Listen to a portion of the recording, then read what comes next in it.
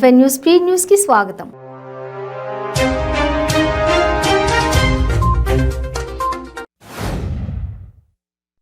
వికారాబాద్ జిల్లా కుల్కచర్ల మండలం పరిధిలోని సాల్వేట్ గ్రామంలో ఏరువాక పౌర్ణమి రోజు ఉరుముల మెరుపులతో కూడిన భారీ వర్షం కురిసి పిడుగుపడడంతో 26 గొర్రెలు మృత్యువాత పడ్డాయి. దీంతో బాధిత రైతులు అంజయ్య, కృష్ణయ్య కన్నీరు మున్నీరయ్యారు. సుమారు 1,50,000 రూపాయల నష్టం జరిగిందని సంబంధితులు తెలిపారు. భవానీనగర్ పోలీసుల ఆధ్వర్యంలో ఓపెన్ హౌస్ కార్యక్రమం నిర్వహించారు.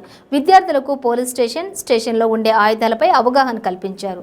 తెలంగాణ రాష్ట్ర దశాబ్ది ఉత్సవాలలో భాగంగా ఈ కార్యక్రమాన్ని నిర్వహించినట్లు పోలీసులు తెలిపారు. తెలుగుదేశం పార్టీ నాయకులు సంజయ్ దీక్షకు మద్దతుగా BJP, Congress, Forward Bloc, Janasena, auto union, BC సంఘాలు తదితరులు మద్దతు తెలిపారు. మంచిర్యాల జిల్లా మందమర్రి మండలంలో సంజయ్ దీక్షకు దిగారు. 1,00,000కు పైగా జనాభా ఉన్న మందమర్రిలో 40 ఏళ్లుగా ఆగిన రైళ్లు ఇప్పుడు ఎందుకు ఆగడం లేదని ప్రశ్నించారు. పోలీసులు ప్రజలతో మెరుగైన సంబంధాలు ఏర్పరచుకుని వారి సమస్యలు పరిష్కరించడంలో విజయం సాధిస్తున్నామని జిల్లా ఎస్పీ కె మనోహర్ అన్నారు. తెలంగాణ ఆవిర్భావ దశాబ్ది ఉత్సవాల్లో భాగంగా నాగర్ కర్నూలు జిల్లా కేంద్రంలో సురక్ష దినోత్సవాన్ని ఘనంగా నిర్వహించారు. ఈ నెల 6వ తేదీన నాగర్ కర్నూలులోని నిర్వహించ తలపెట్టిన ముఖ్యమంత్రి కేసీఆర్ బహిరంగ సభకు ప్రజలు భారీగా తరలివచ్చి నాగర్ కర్నూలు అభివృద్ధి ప్రదాతకు కృతజ్ఞతలు తెలపాలని ఆయన కోరారు. వెలమ సంఘం ఫంక్షన్ హాల్ సమీపంలో బహిరంగ సభ కోసం జరుగుతున్న ఏర్పాట్లను ఎమ్మెల్యే మర్రి జనార్దన్ రెడ్డి, ఎస్పీ మనోహర్తో కలిసి పరిశీలించారు. పిడుగుపాటుతో 2 ఎడ్లు, ఆవు, లేగదూడ మృతి చెందాయి. వికారాబాద్ జిల్లా పరిగి మండలం రంగంపల్లి, దోమ మండలం కొండయ్యపల్లి గ్రామంలో ఉరుముల మెరుపులతో కూడిన భారీ వర్షం కురిసింది. పిడుగుపాటుకు గురై 2 ఎడ్లు, ఆవు, లేగదూడ మృతి చెందాయి. సికింద్రాబాద్ సీతాఫల్ మండిలో పార్టీ కలెక్షన్ షాపు నూతనంగా ప్రారంభించబడింది. షాపు యజమాని ఆనంద్ కృష్ణ మాట్లాడుతూ బర్త్డే, యానివర్సరీ, బేబీ షోవర్ సహా అన్ని రకాల డెకరేట్ ఐటమ్స్ తమ వద్ద సరసమైన ధరలకు లభిస్తాయని తెలిపారు. వారసిగూడలో శ్రీ సాయి అమ్ములు ఆసుపత్రి డాక్టర్ ఎం రుణాలిక ఆధ్వర్యంలో సుమారు 500 మందికి అన్నదాన కార్యక్రమం నిర్వహిస్తున్నారు.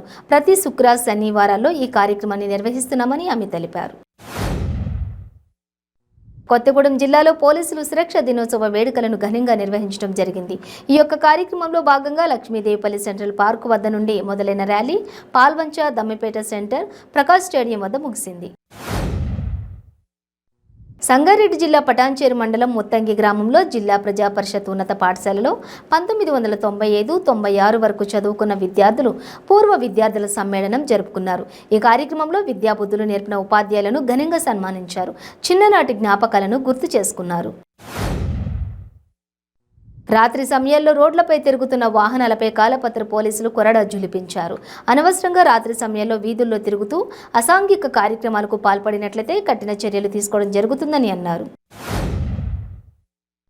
ఇల్లు కాలి రోడ్డున పడ్డ 2 కుటుంబాలను పరామర్శించి వారికి ఆర్థిక సహాయంతో పాటు నెలకు సరిపడా నిత్యావసర సరుకులను అందించి మానవత్వం చాటుకున్నారు విగ్రామ్ శ్రీనివాస్ గౌడ్. సంగారెడ్డి జిల్లా నారాయణఖేడ్ నియోజకవర్గం నిజాంపేట మండల కేంద్రంలోని పుట్టి లక్ష్మి, పుట్టి పోచమ్మ ఇద్దరు నివాసం ఉంటున్న ఇళ్లు 4 రోజుల క్రితం గ్యాస్ సిలిండర్ పేలి ధ్వంసమై ఆస్తి నష్టం జరిగింది.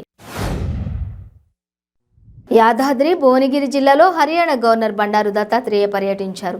ఈ సందర్భంగా ఆయన మాట్లాడుతూ తెలంగాణ యువకులు ఉద్యోగాలు లేక నిరాశలో ఉన్నారని, సమాన హక్కులు కల్పించాలని మహిళలు కోరుతున్నారన్నారు. మద్యపానం రద్దు చేయాలని మహిళలు ఆశపడుతున్నారన్నారు. కుత్బుల్లాపూర్ నియోజకవర్గం సూరారం డివిజన్ శ్రీరామ్ నగర్ కాలనీలో కుక్కలు బీభత్సం సృష్టించాయి. ఓ వీధి కుక్క చిన్నపిల్లలు వెంటపడి మరీ కరిచింది. తీవ్ర గాయాలైన బాలుడు ఆసుపత్రిలో చికిత్స పొందుతున్నాడు. కుక్కలు దాడి చేసిన దృశ్యాలు సీసీ కెమెరాలో నమోదయ్యాయి. వీధిలో ఆడుకుంటున్న చిన్నారులపై ఇంటి గోడ కూలిన ఘటన హైదరాబాద్ మూసాపేటలో జరిగింది. స్థానిక ప్రగతి నగర్లో ఒక ఇంటి బాల్కనీ గోడ ఒక్కసారిగా కూలిపోయింది.